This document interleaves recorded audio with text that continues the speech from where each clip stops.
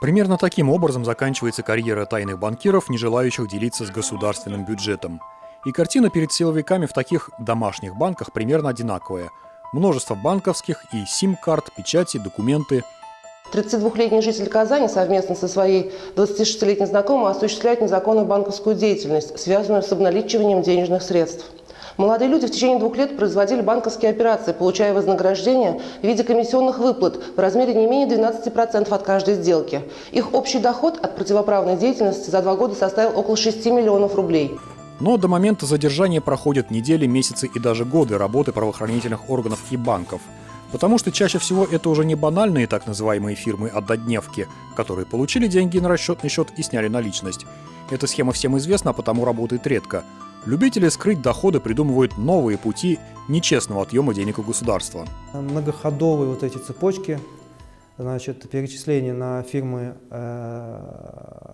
транзитеры, которые подтверждают, якобы приходят директора, говорят, что да, мы выполняли работы, да, мы, значит, эти деньги получали, потом уходит на следующий транзитер, тот тоже подтверждает, доходит до 5-7 цепочек, где уже в конце все это обналичивается. Процент, который остается у так называемых обнальщиков, варьируется от 5 до 20, в зависимости от сложности схемы. Работа с бюджетом, через торги и конкурсы, документальные подтверждения якобы прозрачности организации и многие другие факторы влияют на удорожание операций по выводу денег из легального оборота. Да, собственно, и получаемый барыш приходится делить на многих. Это уже не только директор и бухгалтер. Кто-то отвечает за регистрацию фирмы однодневок, кто-то занимается работой с банками, снятием наличных денежных средств, кто-то занимается с подачей отчетности в налоговые органы. Есть лица, группа, которая занималась подбором номиналов, так называемых. Номинал – это лицо, на которое оформляется фирма однодневка. Есть группа, которая занимается только перевозкой денежных средств на специальных бронированных автомобилях. Чаще всего к услугам таких теневых банков в нашей республике обращаются представители строительной сферы. Кроме личного обогащения, неучтенная наличность нужна для зарплаты в конвертах, с которых не платятся налоги, а значит и будущей пенсии не начисляется. Да и некоторых чиновников предприниматели благодарят конвертами с деньгами, чтобы получить выгодный заказ. По предварительным данным, теневые финансисты извлекли общий доход в сумме более 132 миллионов рублей, взимая за свои услуги комиссию в размере не менее 10%. Здесь речь о действиях только одной группы из 13 человек. Каждый год задерживается несколько таких формирований. В 2020-м многие члены подобных экономических организованных группировок получили реальные сроки. А достигать они могут 7 лет, если это просто обналичивание. А за создание преступного сообщества или группы Уголовный кодекс предусматривает до 20 лет лишения свободы. С обналичиванием мы сталкиваемся практически каждый день, по крайней мере, очень часто. Например, когда снимаем заработную плату в банкомате. Но, конечно же, это всего лишь не то, что даже капля в море, а, скорее всего, какая-то микрочастица Вселенной по сравнению с теми масштабами, которыми орудуют те самые обнальные фирмы, лжебанки. Обороты таких лжебанкиров достигают десятков миллиардов рублей, чистого дохода сотен миллионов. Бывает, что от действия таких групп страдают и вполне законопослушные бизнесмены. К примеру, в поле зрения федерального телеканала попала предпринимательница из Набережных Челнов. Она случайно узнала, что стала директором крупной фирмы в Москве. А электронную подпись для регистрации организации на ее имя злоумышленники подделали в Екатеринбурге.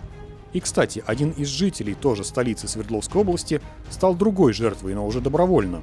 Мы были в Самаре, в Нижнем Новгороде, в Курске, в Воронеже и в Москве. Это за одну поездку? Да. Что ты делал в этих городах? Чисто ходил в банки, оформлял на себя карты, пластики, золотые. Много вас было? То есть... 6 человек в туре. Официальные банки вынуждены придумывать новые способы противостояния лжебанкам. Есть в них специальные службы по разным направлениям, одной из которых – compliance.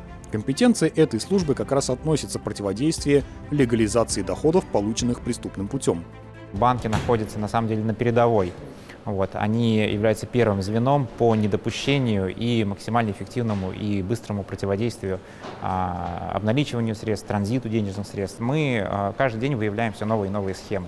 На самом деле, если посмотреть на статистику, то она удручающая. То есть объемы попыток обналичить денежные средства или провести какую-то другую незаконную операцию, их очень и очень много. Специалисты банков исследуют происхождение денег, запрашивают выписки из других банков по конкретным организациям. Словом, при малейшем подозрении проводится многоуровневая проверка. Есть такое понятие, как черные и серые списки. Есть списки, которые формируются непосредственно Банком России и направляются в кредитные организации. Есть внутренние списки банка, которые формируются на основании некого опыта взаимодействия с клиентами. Скорость реагирования, она с каждым днем повышается. То есть стало все сложнее и сложнее проводить эти сомнительные операции, хотя попытки только увеличиваются. А чтобы не прибегать к услугам банков, используется еще один способ – покупка наличности за безналичный расчет.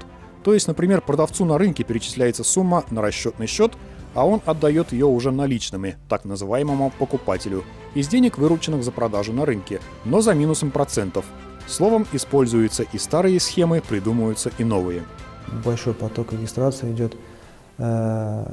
Может быть, регистрация на территории Республики Татарстан, но с территории других субъектов. Потому что здесь все-таки такой заслон им поставили из стороны налоговых органов, стороны МВД, что некоторые лучше говорят, лучше работать в других регионах.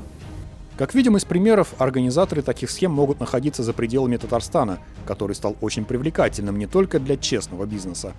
В целом же по России количество всех экономических преступлений за последние 5 лет выросло более чем в 11 раз. Зуфар Давлетшин, Андрей Ключников, Андрей Кузьмин. 7 дней. При содействии пресс-службы МВД.